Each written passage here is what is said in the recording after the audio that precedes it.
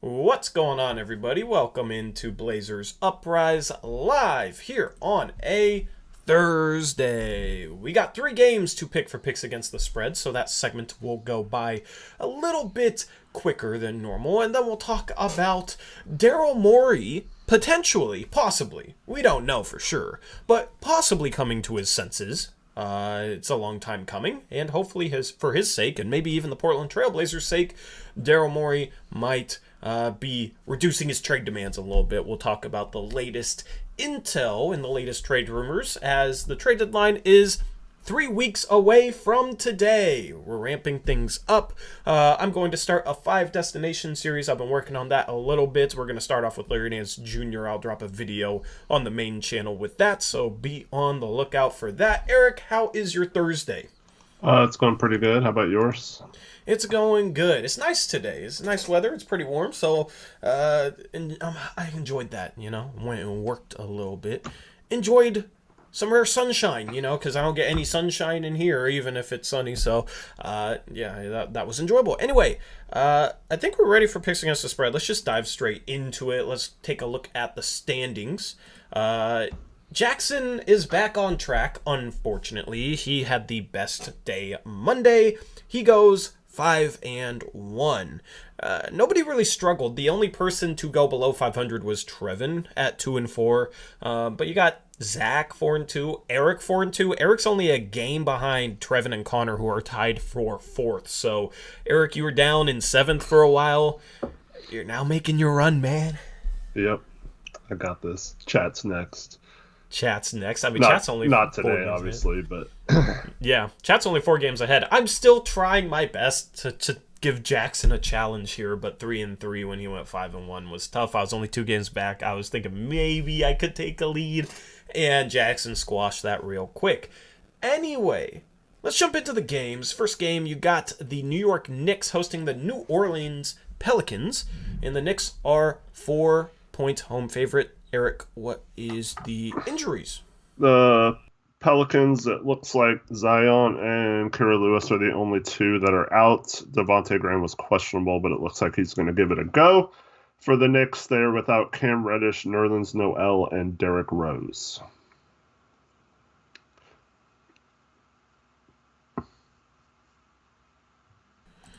Okay.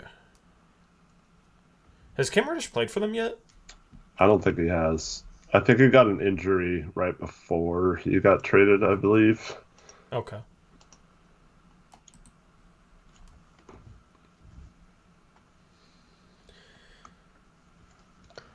All right, we got Jackson, Trevin, Connor in chat. Krish gave me his picks. Krish ended up going with the Pelicans. This is a tough game because New Orleans has been playing better. They started, 2 or 3-15. So since then, they've been playing 500 basketball. New York on the season, 500 basketball. I'm going to take the Knicks. Eric going with the New York Knicks. Looks like Jackson's taking Knicks. Chris is just getting prepared to go to pick Norman Powell's future team.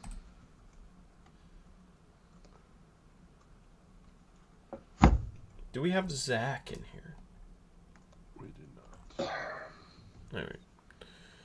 I am going to go... I'm going to close my eyes and look into the future. Knicks are going to be up 78-84, so I'm going to go with the New York Knicks.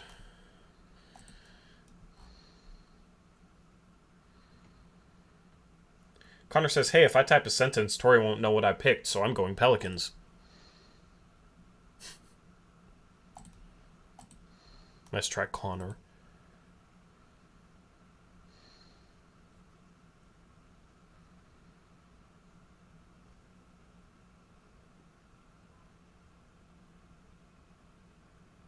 Waiting on Trevin, then on chat poll chat right now, 62% Knicks. What's up, Sude?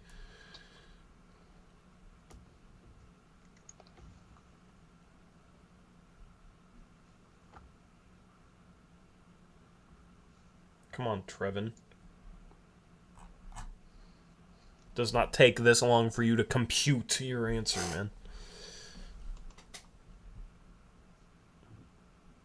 Yeah, Bonnie, I wish I had like a crystal glass to look into. But yeah, 78-64, the Knicks are going to be leading, so. All right, Trevin goes Knicks. This game doesn't tip off till like 4:40-ish, so. Zach has some time to get his pick in. Seems like we're missing a mod every stream at this point. Trevin Knicks chat, it looks like, is going with the Knicks as well. All right, moving on to game number 2. You got Dallas hosting the Phoenix Suns. This is a really good matchup. Phoenix on the road is a 2.5-point favorite. Zach is in. He took New Orleans, by the way. Okay, let me just go back to that real quick. What's up, Zach? Hope your day's going well, my guy. Zach, Connor, Krish, all New Orleans. Everybody else, Knicks. It looks nice being able to fully complete the bottom row of logos. All right, what is the injury situation for this game, Eric? So it looks like the Suns are without Kaminsky, Sark, and DeAndre Ayton.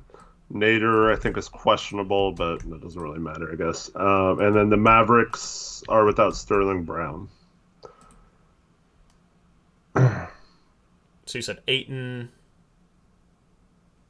Sarge, and Kaminsky. Ayton, Sarge, Kaminsky, and then Mavericks pretty healthy. Yeah. Mavericks are on a back-to-back.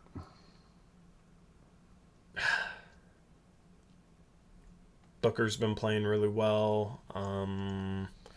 This is a tough one. It's all good, Zach. You all good, my guy. Zach is going Suns. Krish ended up going with the Mavs.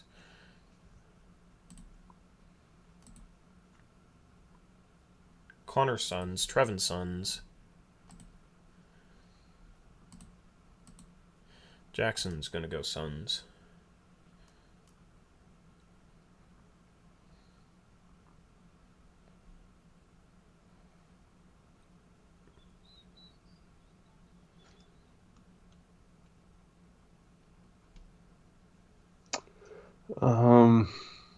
Man. Eric's deep in thought. Yeah. Jackson went Mavs. I'm going Suns. Hot, get baited, Jackson. I made you pick Mavs. Do you want to team up with first and last? Yeah, I do. All right. Mavs have been playing good. Going with the Mavericks.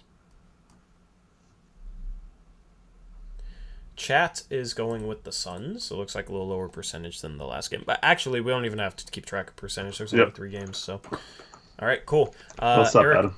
Jackson, Krish, Mavs, everybody else, Suns. What's up, Adam?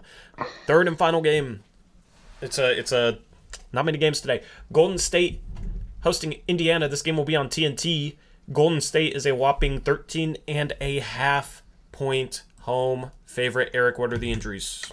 So the Pacers are without both big men Miles Turner and Domantas Sabonis, who injured his ankle last night, as well as T.J. McConnell and T.J. Warren. And then Brogdon and LeVert are both questionable as of right now, and they're coming off a back-to-back after beating the Lakers last night. For the Warriors, they were without Draymond Green, Otto Porter, James Wiseman, and Iguodala is currently questionable. Okay, there we go. Warriors have been struggling. Pacers without their bigs are a horrible team. This is a tough one. I'm going to take the Warriors. Eric's going with the Warriors. Trevin is as well.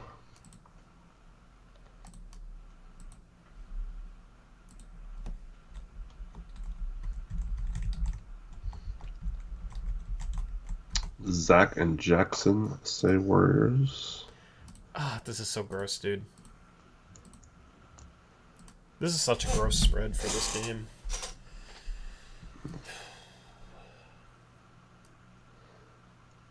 I have a weird feeling about this game. The Pacers did play last night.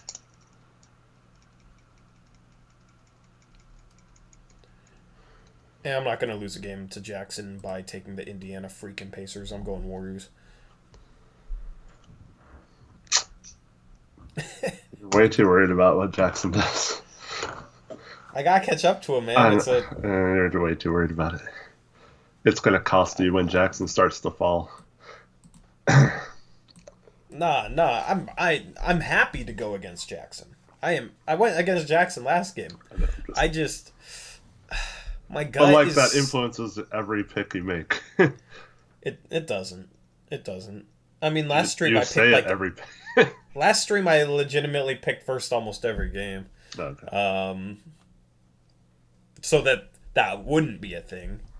And I lost 2 games on him. So I don't want to lose ground on him because I picked the freaking Indiana Pacers, who are horrible and missing Turner and Sabonis.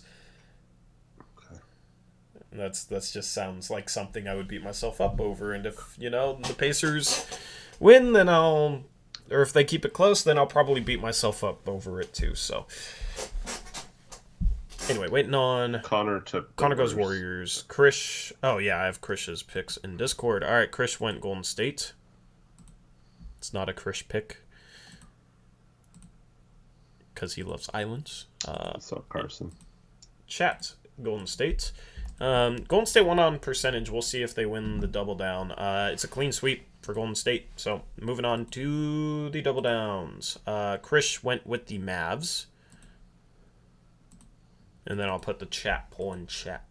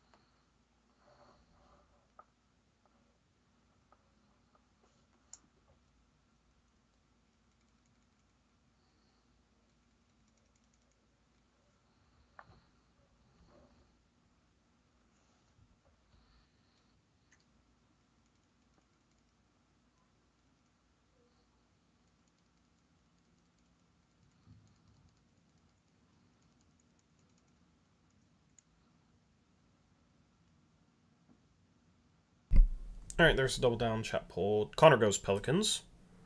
All right, so yeah, I'll read them off when you're ready. All right, cool. Trev and Zach both went Suns. All right, I got Connor Pelicans, Trevin. Give me a sec. Trevin, Suns. Zach, Suns. All right. What else? I went Warriors. Cool. Jackson, Knicks. Jackson, Knicks.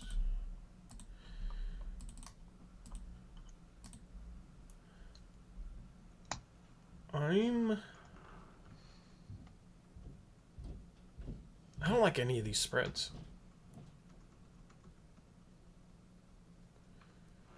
Cool. I just I'm gonna go Knicks. Of course you are. Dude, I didn't even register Jackson's, dude. I had a vision. They're gonna be up 78-64. I want to gain on Jackson, so I'm not trying to team up with him.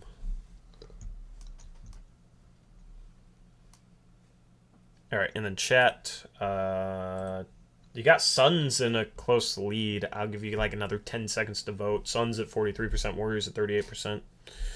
And then we'll hop into talking about good old Daryl Morey.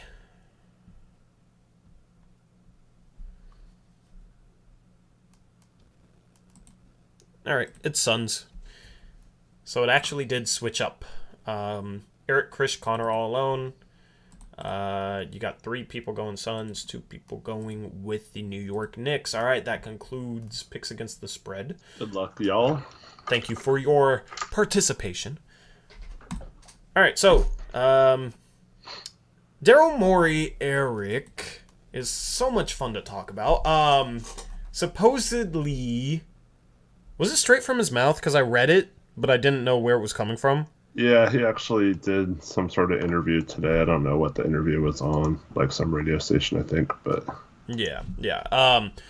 So Daryl Morey said that he might have to drop his asking price for Ben Simmons because Joel Embiid is playing so great. I have the exact quote. I'll... Yeah, read it off if you got it. It's coming up on my screen. Hold on. No rush.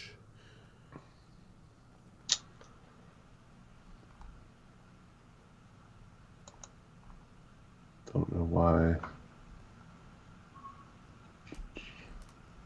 It's funny how it's like, oh, because Embiid is playing so great. You know, I might reduce my asking price. Like, what do you mean? As if Joel Embiid is not going to play great. All right, so the direct quote is, I think with how great Joel is, our line has moved down a little bit because Joel has lifted us into contention by a sheer will of greatness this year. That does the number of deals we would do more likely. It's more likely that we can find ones that get us into the top few contention because of how great Joel is playing. So we are sitting right now at a better chance of a trade that actually helps Joel and the Sixers. Before we absolutely need to get an impact player, but there's an impact player that has to be in the top 30 in the league. Because Joel is playing amazing and has lifted us into probably 5% plus title odds just on his play, now we might be able to do it with a top 40 player who's a great fit. Or we could do it where we do a trade, it helps the team, it's a better fit, and maybe our future opportunities are still open because we get some draft picks as part of it. So it helps the odds enough this year and maybe have a draft pick or a young player who can help us into the future who might develop, like if we got a player a caliber of a Maxey coming back, we might be able to say, okay, we got a really solid player, maybe not in the top 30, but he's a little bit below that, plus a solid young player who's over Joel's prime, which we're sitting in, might develop into that. Yeah, just a bunch of nonsense. But then, yeah, well, let me just say this. It's ridiculous the way he's talking because the line between top 30 player, the 30th best player, and the 40th best player is so arbitrary. Mm-hmm.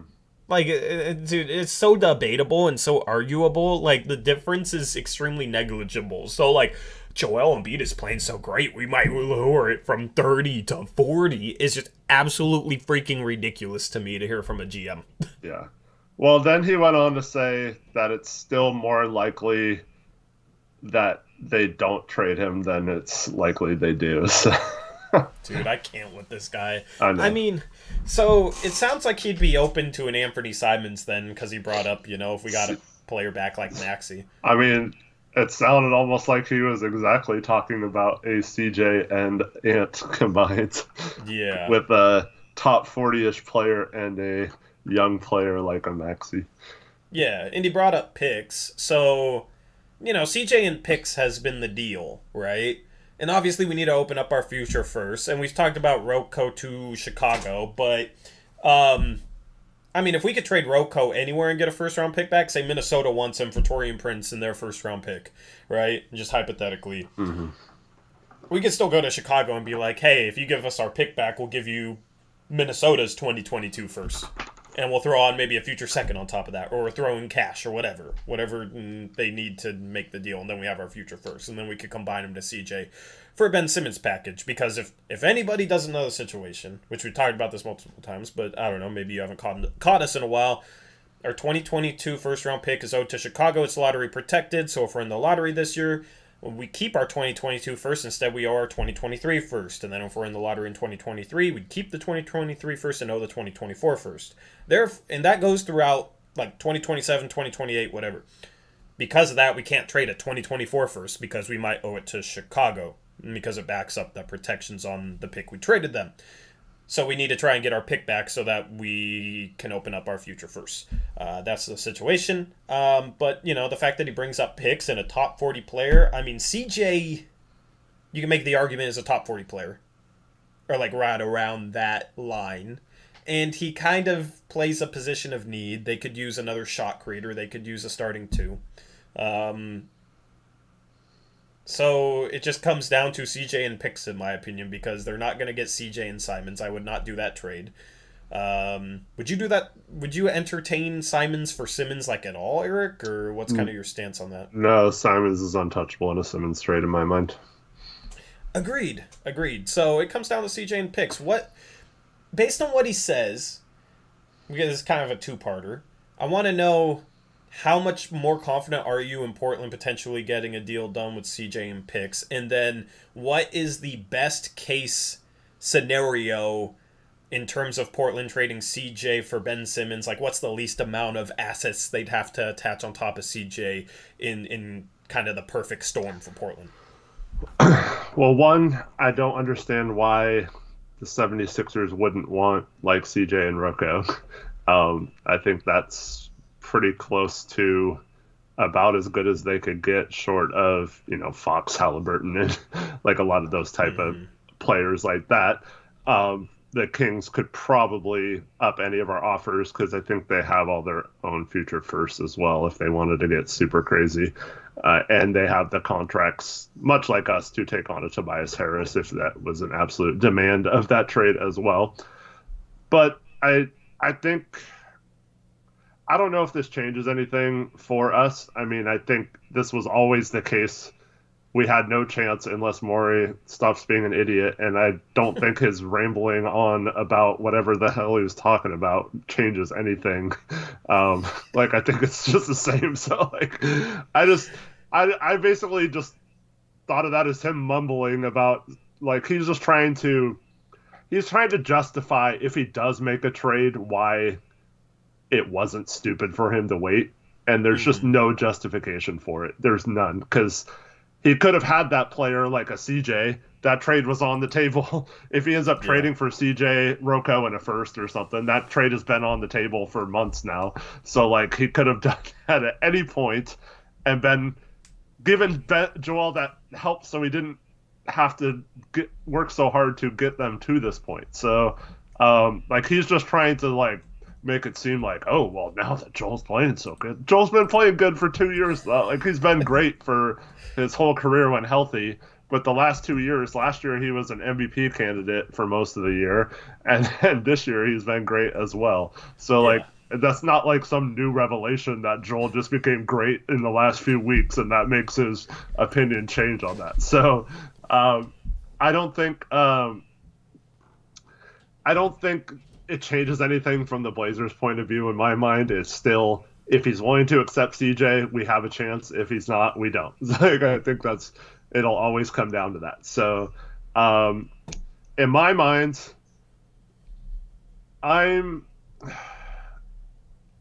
so if we traded Norm and let's just say we got a first or two out of a Norm trade, right? Mm-hmm. And we offered them CJ, Rocco, and either a first or two firsts that we got in that trade. So it's basically whatever else we got in the Norm trade. But Norm, CJ, and Rocco for Simmons, I mean, that's probably as much as I'm willing to give up. I don't think I'm willing to change the protections on the Chicago pick and give up our own unprotected picks in the future or anything like that, or pick swaps and that kind of stuff. I'm certainly not willing to give up Ant in that scenario. Nas, I'd still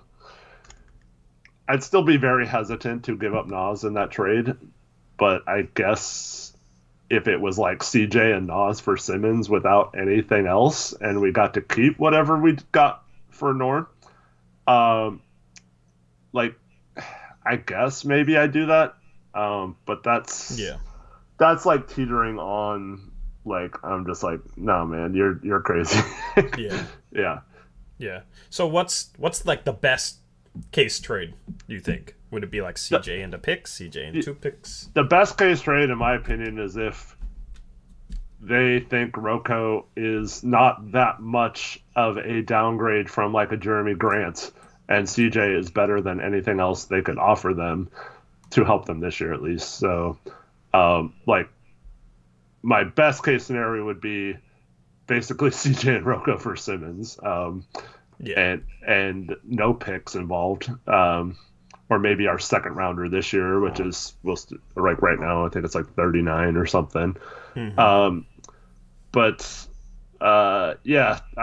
I find it hard to believe we'd find a way to get a bunch of picks and then include them like 3 first and CJ still like the original asking price was.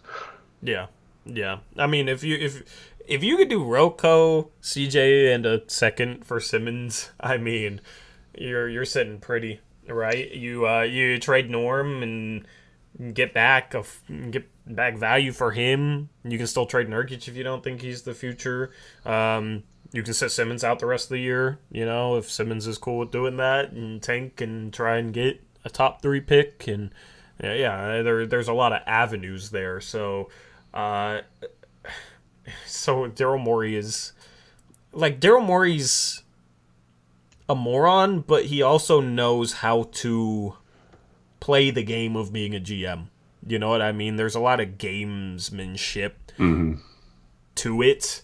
And everything he said today, I'm sure he probably planned out beforehand. And I'm sure he's saying specific things for a reason. That's part of the game. So it'll be interesting to see, because he's playing this game with not only other NBA GMs, right, and trying to get the most out of them for Simmons, but he's also public perception matters too.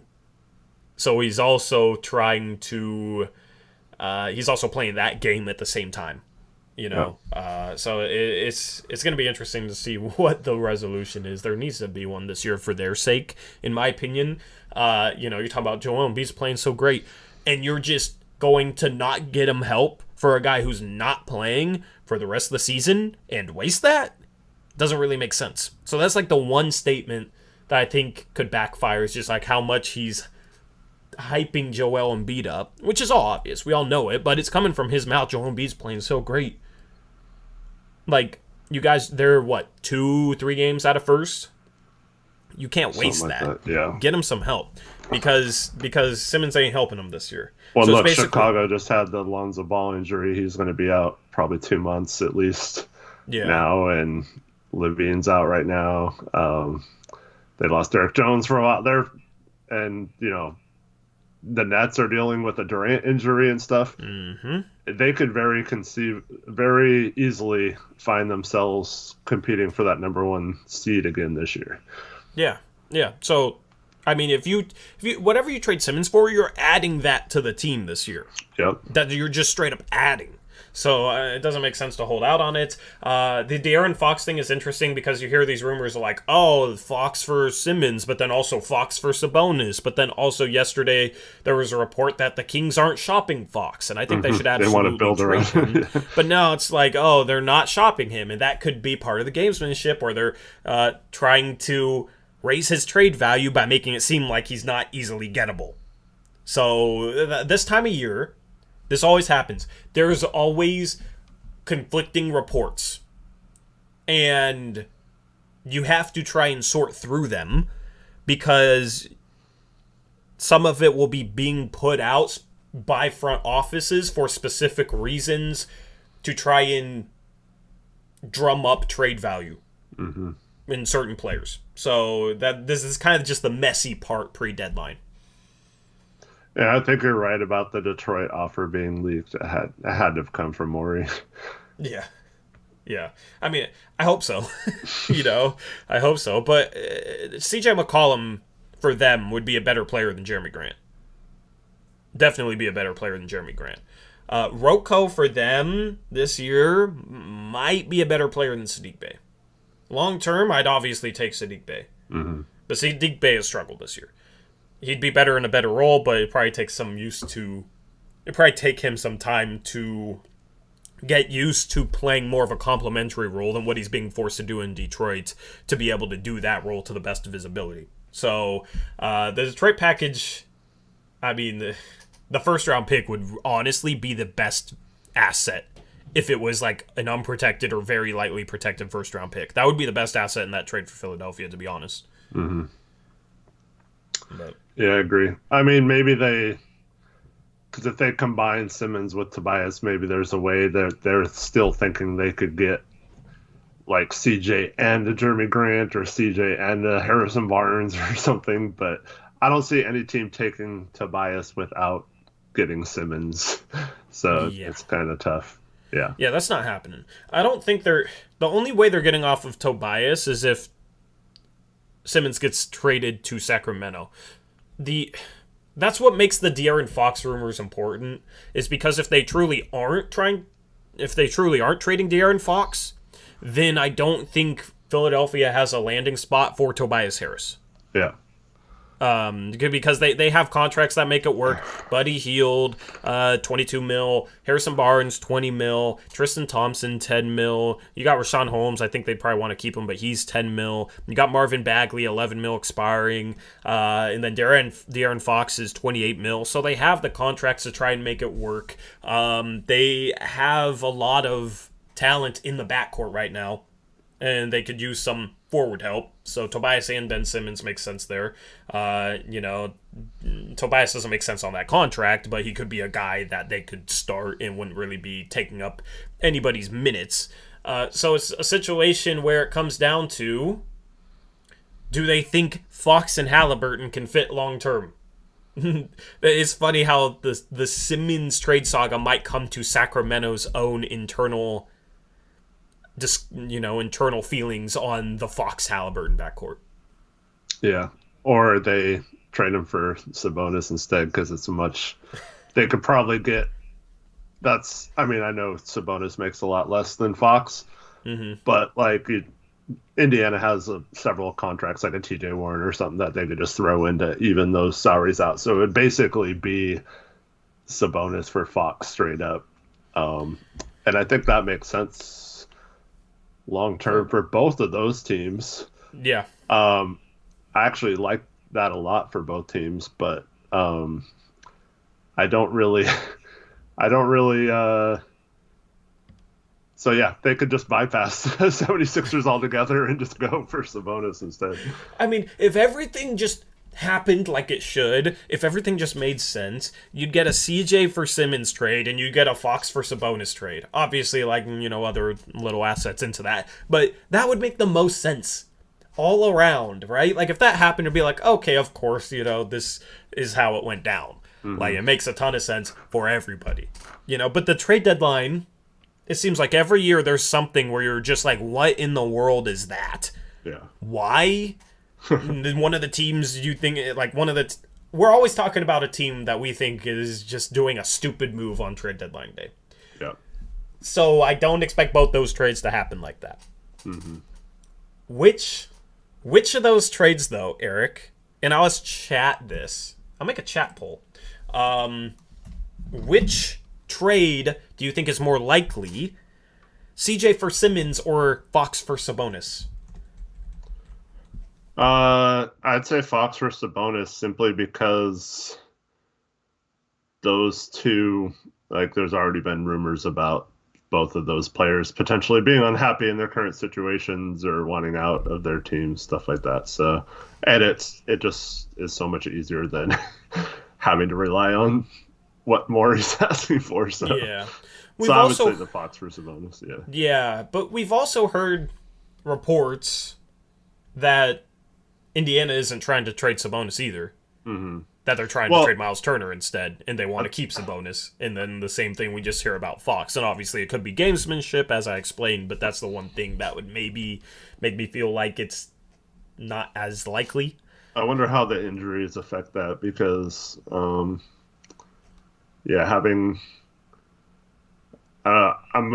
don't know what Sabonis's long-term outlook is with his ankle injury, but having them both hurt right now kind of sucks. But especially with Turner being out a couple weeks, at least with a foot injury, that might lower his value enough to maybe they do something kind of short-sighted and trade Sabonis instead. Because we know they need to trade one of them. It's been that way for several years now. And they have a lot of veteran players on that team, and they're still hovering near the bottom of the East. So there's no excuse for them to have both of those players on the team. And I've always thought maybe they'd only trade one of the two. I think that's how they've always been looking at it. But I don't know, man. If I was Indiana, I'd probably just blow it all up and trade everyone. I know you can't trade Brogdon this year, but it made no sense to go for like the most ready player in the draft in Chris Duarte. It made no sense to keep Turner and Sabonis all these years. The Brogdon trade made sense at the time just because you thought it could still work when that happened, but he's been kind of a disappointment. And then you got Warren not playing for 2 years. I just think they should get what they can for all those guys and just go full rebuild right now. Yeah. Yeah. They also, that's the team that should, that's the team that could reach on Jaden Ivey, because Jaden Ivey's from Indiana. And we talk about these small markets, right, and stars not staying loyal to them. I wonder if Indiana ends up at 2 or 3, if that plays a factor. That you're keeping Jaden Ivey in his hometown, basically, his home state, compared to a Banchero who, years down the line, could leave for a Knicks or a Lakers. You know what I mean? Yeah. Since we're talking about Indiana, I wonder if it'll be interesting to see if they get a top 4 pick, because I wonder if that comes into play for them, because they're a small market. Man, I'm blanking, but when was the last time the Pacers had like a top 5 pick? It seems like they're never they're late lottery a lot, but not. Dude, you're gonna make me look this up because you're I'm right. looking it up right now. So Miles Turner was 11th.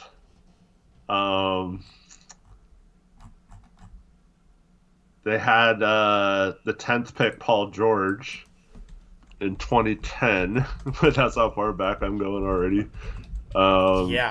Yeah.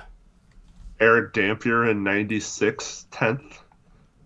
I still don't see it. Okay, here we go. 1989, 7th pick, George McLeod. That was the last time they had a single-digit pick. Yeah. And the year before that, 88, Rick Smits went number 2 overall. So it's been late 80s since they had a run where they had Reggie Miller at 11, Chuck Person at 4 the year before that, Wayman Tisdale at 2 the year before that. So they were a perennial team like that, but it's been a long time since. Yeah. That's actually insane. It's been 33 years since they had a pick higher than 10. Yeah. So this is going to be the year they're going to break that trend. Good for them, I think. They need to go rebuild her out, man. They've been way too stagnant too. It's like in previous seasons they were a playoff team or a borderline playoff team, but they weren't aggressive enough. And people say that about Portland. I think that way about Indiana. So this is the trade deadline. Imagine they just do nothing again. Yeah. Imagine how funny that'll be. Yeah. I mean, I could see Indiana just doing nothing this trade deadline. Right. That's what they do. That's Indiana, man. Like, Sacramento will always do something, but most of the time they'll do something stupid. Mm-hmm. Indiana doesn't do anything, right? And it's funny because in our mock offseason last year, we gave him to Connor, and Connor didn't do anything. Well, he traded Miles Turner. It wasn't a good trade, Connor, no offense, but, they gotta get rid of one of their bigs. That's what it comes down to. It's gonna be interesting to watch Indiana. There's despite there not being a lot of players supposedly available, it's a buyer's market. There is a lot of intriguing storylines. Mm-hmm. Portland, Indiana, Philadelphia with Ben Simmons, New Orleans supposedly trying to make a splash, Cleveland, the surprise of the year, trying to replace some of the backcourt injuries they have. Boston is just kind of in a weird spot. They're a mess. You got a lot of teams really bunched up in the East. The storylines this year are really, really good. So it's going to be interesting to see. Any other trade stuff? The other thing I forgot to mention with Indiana is I still think this was dumb to hire Rick Carlisle because now they're in a situation where he doesn't want to be there if they go full rebuild. And so I don't think he's like the best coach for that either. So they're going to be stuck with a coach that is completely unhappy being there and thought that they were going to make moves to make like contend or like go for the playoffs versus blowing it up. So their whole like mindset in years past has just led to a very weird path. And I just don't know what they're gonna do. But like it's almost like they know or they've known what they've needed to do for several years and they're just like too scared to do it because they're Indiana and they're afraid like they're gonna lose fans or something. I don't know. Yeah. I mean, at this point, for Indiana, if you draft the next Kawhi Leonard, don't trade him this time. Yeah. Because they were the team that drafted Kawhi Leonard, and then they traded him along with the rights to Davis Bertans before anybody knew Davis Bertans, as well as the rights to Arizem Lorbeck. They traded Bertans, Kawhi, and this Arizem guy to the Spurs for George Hill. Yep. So that was a major win for the Spurs, obviously. Don't do that again, Indiana.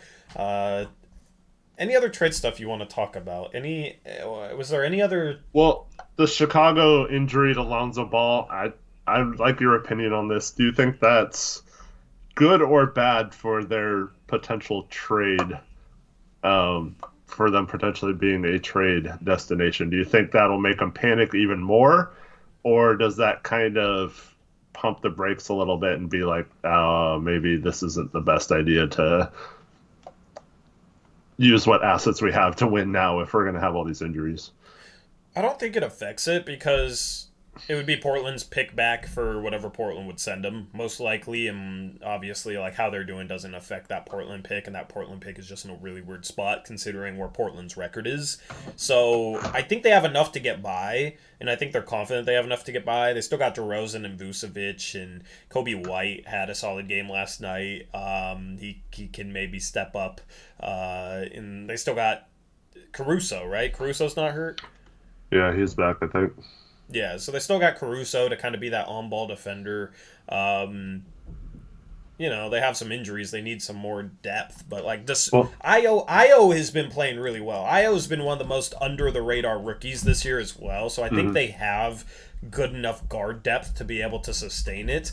The biggest injury for them was maybe Derrick Jones Jr. I know, well, obviously Zach LaVine. But I think Derrick Jones Jr. losing him might be tougher to replace his impact than it is to replace Lonzo Ball, just because they have a lot better guard depth than they do at the forward spots. The biggest injury is Patrick Williams, but yeah. That's the start of the year. Before the season. But it's well, maybe not only do you trade them Rocco like we've always talked about, but now maybe they'd be interested in McLemore too, and then you could dump both of those guys on him just to have a little more depth and some shooting or something. I don't know. Yeah. McLemore could help for depth reasons, but I think that's why it doesn't really change anything, because I think that they're still going to be looking to add a forward, considering Jones is out for at least another month, and then they don't have Patrick Williams. So I think that was kind of the boat they were in before. Losing Lonzo Ball, I don't think really affects that, because I think they'll be able to replace it. They still got good enough offensive weapons. They'll still have a decent defense. I think they'll still be able to win games.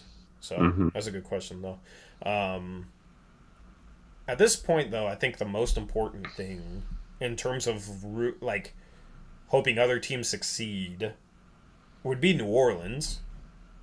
I doubled down on the Knicks today, but I mean, if New Orleans wins, that's probably not a bad thing for Portland. We need New Orleans to be aggressive. Portland needs New Orleans to be aggressive in the trade market for both Norm and CJ, because there's not a ton of fits for those guys. So if you're trying to trade both of them, if you're Portland, and there's only like 3 teams going after each guy, it's going to be hard to drum up interest, if there's only 2 or 3 teams going after each guy and willing to trade like somewhat decent value. You need another team in the market, and New Orleans makes sense for both CJ and Norm, so that can really help Portland get the most out of Norm and CJ if they decide to sell them. So and then New Orleans has a TPE that fits Norman Powell's contract into it almost perfectly. They have a $17 million TPE. Norman Powell is making $15.5 million.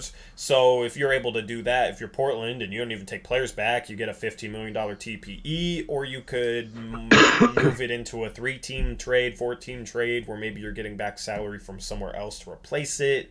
You can end up with some creative ways with Norm going to New Orleans. The final part of that is if Herb Jones isn't untouchable, I think we got to try really, really hard to get him. Mm-hmm. That's kind of the New Orleans situation I wanted to talk about. Herb Jones, chat. I want to know: would you give up Norm Powell straight up for Herb Jones? Which for some people like is an obvious answer. I'm just kind of curious to see if people wouldn't. John Sherman says yuck. I mean, Herb Jones is a rookie. Some people that haven't been paying attention to him, it'd be like, what the hell? But straight up, you do that in a heartbeat if you're Portland, right, Eric? I definitely have to consider it. I might, since he's like a second-round rookie and they might be kind of desperate, I might ask for a pick too, but yeah, I wouldn't get too greedy, I don't think. Yeah, you try and get the most out of it. But if it comes down to... He's shooting, 40% from 3? And he's shooting on elite defense? He's shooting 49.7% from the field, 40% from 3, 81% from the free throw line. He's playing 29 minutes per game, is averaging 9 points per game, so he's not shooting a ton, but he's efficient. And he's had some big scoring games. He dropped 26 against the Cavs. And he's averaging about 2 assists per game with elite defense, 1.5 steals per game, 1 block per game. Progression, role-wise on Portland, he could be the closest Portland could get to having a Draymond Green. Personalities are different, but long term, I'm high on his passing ability, his playmaking ability. He can handle the ball. He's shiftier than you would think. He averaged upwards of 4 assists per game at Alabama his final year there. You got to go out and get him because you need that on-ball defender. Mm-hmm. The thing is, coming into the league is people are like, oh, he's probably going to be a good defender, but he's not going to be able to hit threes. He's just going to be a good defender. That's it. It turns out he's a phenomenal defender, and he's hitting threes at 40%. So, yeah. You know what? All the people saying no, I guarantee you they will disagree with this statement. Herb Jones is better than Jeremy Grant. Ooh, I agree. He's not only better, he's on a minimum contract, and he's he's going to be cheap for the next couple of years at least, and he might be untouchable with New Orleans. I don't know. He's like a fan favorite too, and I know social media is all over him in New Orleans as well. So it'd probably be tougher to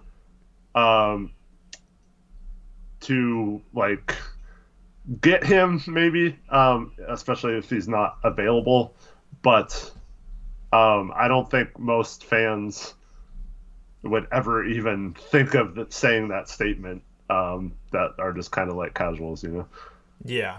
So they'd have to include filler salary, but disregarding the filler salary, would you do CJ for Herb and expirings straight up? Yeah,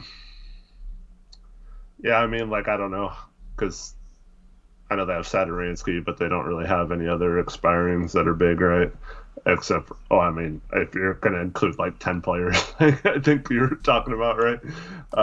Yeah, it would probably be a multi-team deal, but they could do... See, I don't think they want to give up Hart in that scenario, so that's going to be hard for them to get to a CJ trade without giving up like 6 players or. Well, if Herb's in it, Sato, Hayes, Temple, and Herb is approximately $22 million, and they have to get to about 25.6, 25.7. Yeah, it's just so much easier with Norm because he fits right in, and Yeah, keeps him under the tax too. but like that's the thing is you could also include minimum contract guys back to New Orleans, and they have a giant TP, and then they have a $3.8 million TP. So you can include Macklemore and Zeller and whatever, to kind of even out the player numbers, and they could match without giving up Hart. So it's a lot of players changing places. Mm-hmm. And then Temple isn't on a minimum. Jackson Hayes isn't on, or Temple isn't on an expiring. We'd have to pay him like $5 million next year. Same thing with Jackson Hayes. But I just go to OKC and be like, do you want Jackson Hayes? We'll give you Jackson Hayes and a second-round pick if you take on Garrett Temple. Mm-hmm. And then at that point, it's maybe they're willing to take on Satoransky too. You know what I mean? Like that's... Cronin has to get creative, right? And every creative thing we talk about is extremely unlikely, but creativity opens up a ton of possibilities. So he needs to be creative and exploit one avenue where he's able to make something like that happen. So, I want Herb Jones. I wanted Herb Jones in the draft last year. I was high on him, but I did not think he'd be this good. His form doesn't look bad. He just struggled in college to shoot the 3-ball for whatever reason, but his form looks fine to me. And he's hitting at 40%. He's been shooting the lights out lately. And it's like, if he can shoot the 3, he's athletic, he can dribble, he can pass. He has insane upside, actually. Mm-hmm. I know he's 23 already, but his upside is like a Pascal Siakam-ish progression. Yeah. In my opinion. With better defense. I mean, Siakam's a little bigger, maybe, but... Yeah, I mean, they're not identical players, but I could just see him progressing kind of like that. Siakam didn't have as good of a rookie season, but he was playing on a better team. Or this, his 3-point shot could fall off, and then he's not quite as valuable. But yeah, but I'd worried about that if he shot some weird way. You know what I mean? Mm-hmm. But his form is solid to me. So yeah, I think there's a good chance he ends up an All-Star at some point in his career. Like if he's gettable, you got to explore that to the fullest. You got to explore that to the fullest because like we talk about. Oh, Ben Simmons. If Herb Jones is gettable, he could be that on-ball defender close to the caliber of a Ben Simmons. But he's a better fit because he can shoot, and he has playmaking upside. Like, he could grow into that. I don't think he's going to be a Ben Simmons-ish playmaker, but, I mean, it might be the better route. Yeah. Well... If you made that trade, you'd still, like a Norm for Herb Jones type trade, you'd still have the possibility of trading like CJ and Rocco for Ben. So you could have both of them. Yeah, imagine that. Like having Ben, like I'm not joking. Like yeah, that would be because like honestly, if Herb's going to shoot close to 40%, even if it dips to like 36, 37%. With his defense and with Ben, and that's the kind of front court you pair those guys with Ant and Dame, and all of a sudden all our worries are gone. Yeah, I mean, like we, other than Simmons, maybe his confidence issues, I guess, would always be in the back of my mind. Like, oh crap! But like teams couldn't pack the paint on Simmons if he was the main facilitator because. We'd have Ant, Dame, and a 40% Herbert Jones spacing the floor. Yeah, even if he shoots 36%, that works. Yeah. So yeah, I like it a lot. Alex Wolf said, he's not a Ben's level defender. Ben's all NBA defense. Alex, you must have missed the part where I said Herb Jones could give you close to what Ben Simmons does defensively. Obviously, that isn't me saying that he's on Ben's level. But Herb Jones, I wouldn't be surprised if he makes all NBA defense or all defensive team. He's arguably been a top 10 defender this year. He's been that good defensively. He's legit. He's absolutely legit. But yeah, I mean, like, he doesn't shoot a lot of threes, but he just has to knock down the ones that are open. Mm-hmm. You know, he doesn't force a lot of threes, but it's like he's shooting 1.6 3-point attempts per game in 29 minutes, but it's because he's just waiting until he gets wide open ones. But, you know, if he knocks down the wide open ones, then you can't just completely leave him. Then you have to respect him. He's a floor spacer.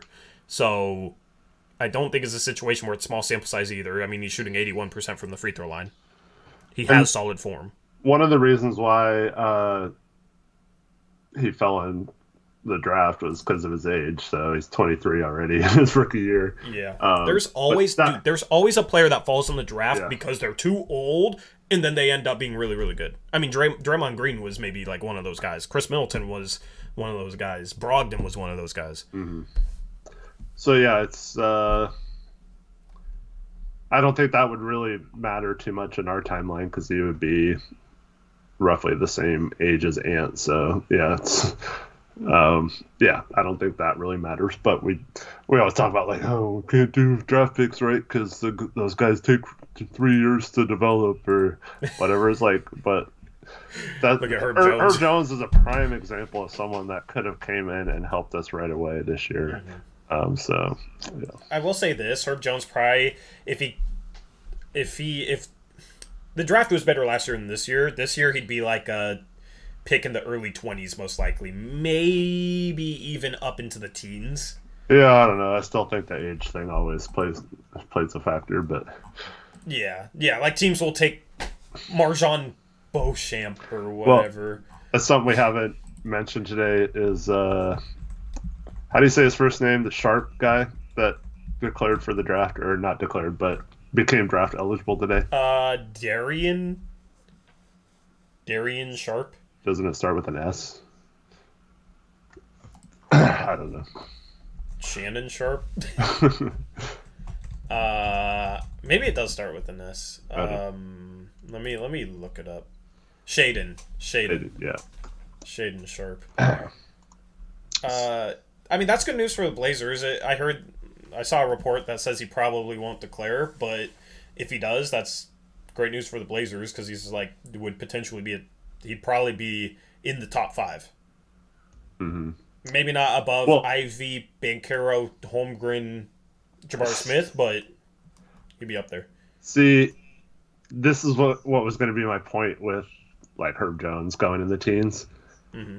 This is what's going to happen. There's a guy like OKC, a team like OKC, if they got like the second pick, would probably take Sharp because it's like there's this mystique or mystery about him. Like, oh, we didn't play in college, so we didn't get to like nitpick all his faults and stuff. So it's basically like taking a high-level high school player that you know nothing about. So I could definitely see him sneaking into the top couple picks and then bumping someone out that's more deserving just because they actually played college and have all this film and have strengths and weaknesses and all that kind of stuff. Yeah. 6'5" shooting guard. I mean, he's still only 18, so maybe he goes a little bit more, but 6'5" shooting guard, that's what he is apparently. I had honestly never even heard of him before this, and I usually keep up with high school prospects, yeah. Well, it was kind of weird because he enrolled at Kentucky, and I guess he hadn't graduated by the time the NBA started, so high school. So that meant he was ineligible for the 2022 draft. I don't know what changed for that, but yeah. Yeah. There was a Shams tweet a few minutes ago. Thanks to Charlie and Connor for notifying us. So forward Paul Millsap and the Brooklyn Nets have agreed to find a new team for him where he could have a greater contribution. We were trying to sign him. Or we were like, oh, we want him in free agency last year, and then he goes to Brooklyn and doesn't play. I wonder where he goes. Where do you think he goes? He probably goes to Milwaukee. Somewhere like that, yeah. Because Brook Lopez has been out. Milwaukee, or I could see him going to Chicago. Well, If Utah like tries to use Rudy Gay in a trade, I could see him going back to Utah. Rudy Gay or Bogdanovich, maybe. I don't know if Utah does that, but they've been struggling lately. Millsap I, started his career in Utah. I think that's if they trade him instead of just cut him. Um, I think you're looking at teams in the West probably because I doubt they'd want to give them. But yeah, I think there's a lot of like the Lakers and that might not have a lot of trade assets, but could definitely pick someone up off the buyout market like that. Yeah. Yeah. Denver as well. There's another Mm-hmm. potential destination. JaMychal Green hasn't been good there. He could go back to Jeff Denver. Green. But yeah, they do have injuries. Yeah, I mean, Jeff Green and Millsap would be their two fours, most likely, because JaMychal Green's just been really rough. And then maybe they can include JaMychal Green in a trade and try and go and get something else, So it'll be interesting to see what happens with that. Anyway, Eric, anything else for the stream? Well, thank you everyone for watching.